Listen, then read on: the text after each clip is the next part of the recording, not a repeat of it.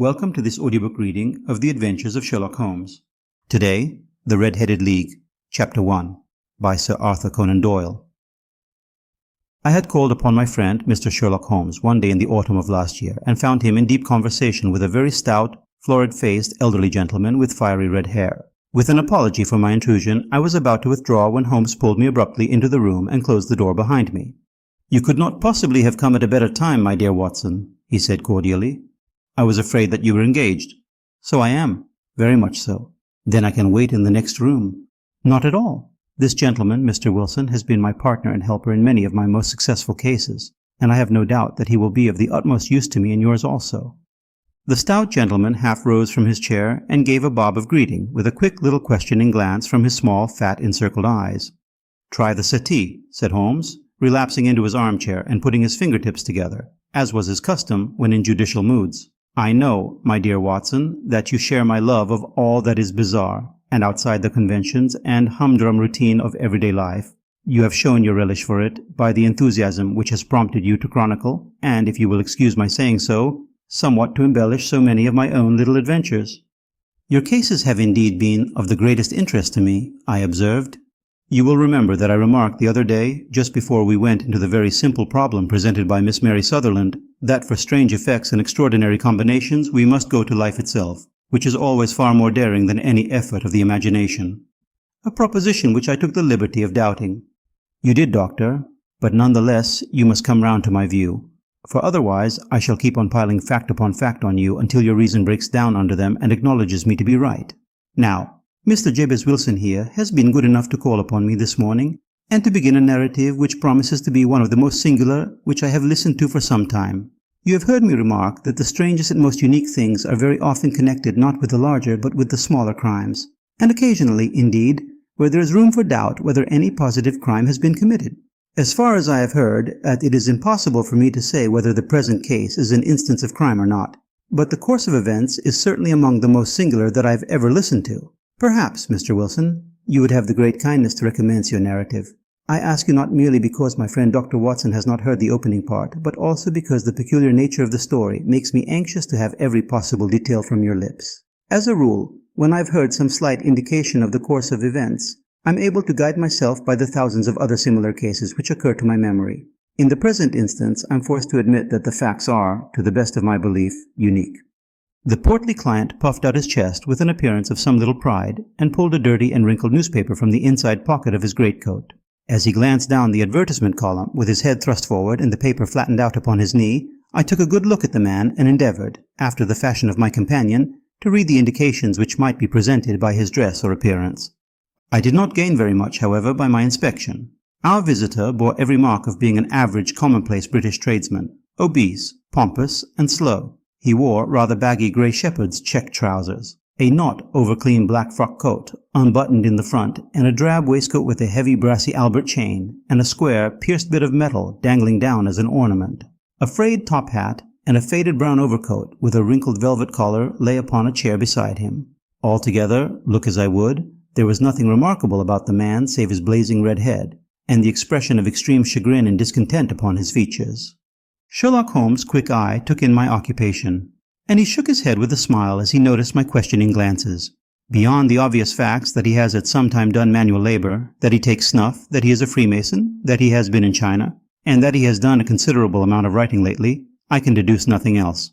Mr. Jabez Wilson started up in his chair, with his forefinger upon the paper, but his eyes upon my companion. "How, in the name of good fortune, did you know all that, Mr. Holmes?" he asked. "How did you know, for example, that I did manual labor? It's as true as gospel, for I began as a ship's carpenter." "Your hands, my dear sir. Your right hand is quite a size larger than your left. You have worked with it, and the muscles are more developed." "Well, the snuff then, and the Freemasonry?" "I won't insult your intelligence by telling you how I read that, especially as, rather against the strict rules of your order, you use an arc and compass breastpin." "Ah, of course, I forgot that. But the writing?" "What else can be indicated by that right cuff so very shiny for 5 inches, and the left one with the smooth patch near the elbow where you rested upon the desk?" "Well, but China?" "The fish that you have tattooed immediately above your right wrist could only have been done in China. I have made a small study of tattoo marks and have even contributed to the literature of the subject. That trick of staining the fish's scales of a delicate pink is quite peculiar to China. When, in addition, I see a Chinese coin hanging from your watch chain, the matter becomes even more simple." Mr. Jabez Wilson laughed heavily. "Well, I never," said he. "I thought at first that you had done something clever, but I see that there was nothing in it after all." "I begin to think, Watson," said Holmes, "that I make a mistake in explaining. Omne ignotum pro magnifico, you know, and my poor little reputation such as it is will suffer shipwreck if I am so candid. Can you not find the advertisement, Mr. Wilson?" "Yes, I have got it now," he answered with his thick red finger planted halfway down the column. "Here it is. This is what began it all. You just read it for yourself, sir." I took the paper from him and read as follows. "To the Red-Headed League, on account of the bequest of the late Ezekiel Hopkins of Lebanon, Pennsylvania, USA, there is now another vacancy open which entitles a member of the League to a salary of £4 a week for purely nominal services. All red-headed men who are sound in body and mind and above the age of 21 years are eligible. Apply in person on Monday at 11 o'clock to Duncan Ross at the offices of the League, 7 Pope's Court, Fleet Street." "What on earth does this mean?" I ejaculated after I had twice read over the extraordinary announcement. Holmes chuckled and wriggled in his chair, as was his habit when in high spirits. "It is a little off the beaten track, isn't it?" said he. "And now, Mr. Wilson, off you go at scratch and tell us all about yourself, your household, and the effect which this advertisement had upon your fortunes. You will first make a note, Doctor, of the paper and the date. It is the Morning Chronicle of April 27th, 1890, just 2 months ago." "Very good. Now, Mr. Wilson." "Well, it is just as I have been telling you, Mr. Sherlock Holmes," said Jabez Wilson, mopping his forehead. "I have a small pawnbroker's business at Coburg Square, near the city. It's not a very large affair, and of late years it has not done more than just give me a living. I used to be able to keep 2 assistants, but now I only keep 1, and I would have a job to pay him, but that he's willing to come for half wages so as to learn the business." "What is the name of this obliging youth?" asked Sherlock Holmes. "His name is Vincent Spaulding, and he's not such a youth either. It's hard to say his age. I should not wish a smarter assistant, Mr. Holmes, and I know very well that he could better himself and earn twice what I'm able to give him. But after all, if he's satisfied, why should I put ideas in his head?" "Why, indeed. You seem most fortunate in having an employee who comes under the full market price. It is not a common experience among employers in this age. I don't know that your assistant is not as remarkable as your advertisement." "Oh, he has his faults too," said Mr. Wilson. "Never was such a fellow for photography. Snapping away with a camera when he ought to be improving his mind and then diving down into the cellar like a rabbit into its hole to develop his pictures. That is his main fault. But on the whole, he's a good worker. There's no vice in him. He's still with you, I presume?" "Yes, sir. He and a girl of 14 who does a bit of simple cooking and keeps the place clean. That's all I have in the house, for I'm a widower and never had any family. We live very quietly, sir, the 3 of us, and we keep a roof over our heads and pay our debts, if we do nothing more." The first thing that put us out was that advertisement. Spaulding, he came down into the office just this day 8 weeks, with this very paper in his hand, and he says, "I wish to the Lord, Mr. Wilson, that I was a red-headed man." "Why that?" I asks. "Why," says he, "here's another vacancy on the League of the Red-Headed Men. It's worth quite a little fortune to any man who gets it, and I understand that there are more vacancies than there are men, so that the trustees are at their wits' end what to do with the money. If my hair would only change color, here's a nice little crib all ready for me to step into." "Why, what is it then?" I asked. "You see, Mr. Holmes, I'm a very stay-at-home man, and as my business came to me instead of my having to go to it, I was often weeks on end without putting my foot over the doormat. In that way, I didn't know much of what was going on outside, and I was always glad of a bit of news." "Have you never heard of the League of the Red-Headed Men?" he asked with his eyes open. "Never." "Why, I wonder at that, for you are eligible yourself for one of the vacancies." "And what are they worth?" I asked. "Oh, merely a couple of hundred a year, but the work is slight, and it need not interfere very much with one's other occupations." Well, you can easily think that that made me prick up my ears, for the business has not been over good for some years, and an extra couple of hundred would have been very handy. "Tell me all about it," said I. "Well," said he, showing me the advertisement, "you can see for yourself that the League has a vacancy, and there is the address where you should apply for particulars. As far as I can make out, the League was founded by an American millionaire, Ezekiel Hopkins, who was very peculiar in his ways. He was himself red-headed, and he had a great sympathy for all red-headed men. So when he died, it was found that he had left his enormous fortune in the hands of trustees with instructions to apply the interest to the providing of easy berths to men whose hair is of that color. From all I hear, it is splendid pay and very little to do." "But," said I, There would be millions of red-headed men who would apply. Not so many as you might think, he answered. You see, it is really confined to Londoners and to grown men. This American had started from London when he was young, and he wanted to do the old town a good turn. Then again, I've heard it is no use your applying if your hair is light red or dark red or anything but real bright, blazing, fiery red. Now, if you cared to apply, Mr. Wilson, you would just walk in, but perhaps it would hardly be worth your while to put yourself out of the way for the sake of a few £100.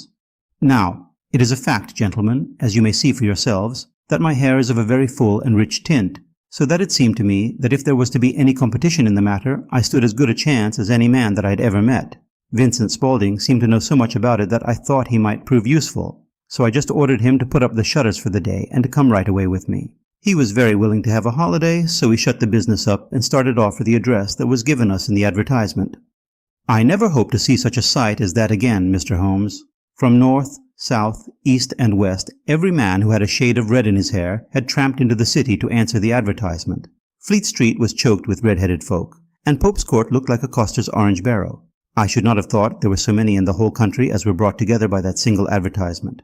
Every shade of color they were: straw, lemon, orange, brick, Irish setter, liver, clay. But, as Spaulding said, there were not many who had the real vivid flame-colored tint. When I saw how many were waiting, I would have given it up in despair.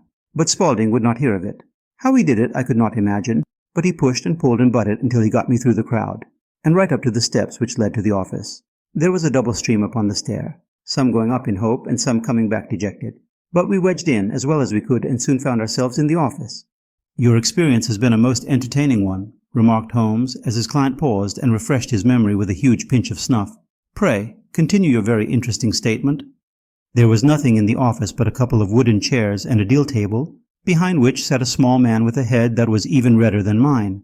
He said a few words to each candidate as he came up, and then he always managed to find some fault in them which would disqualify them. Getting a vacancy did not seem to be such a very easy matter after all. However, when our turn came, the little man was much more favorable to me than to any of the others, and he closed the door as we entered so that he might have a private word with us. This is Mr. Jabez Wilson, said my assistant, and he's willing to fill a vacancy in the League. And he is admirably suited for it, the other answered. He has every requirement. I cannot recall when I have seen anything so fine. He took a step backward, cocked his head on one side, and gazed at my hair until I felt quite bashful. Then suddenly he plunged forward, wrung my hand, and congratulated me warmly on my success. It would be injustice to hesitate, said he. You will, however, I am sure, excuse me for taking an obvious precaution. With that, he seized my hair in both his hands and tugged until I yelled with the pain.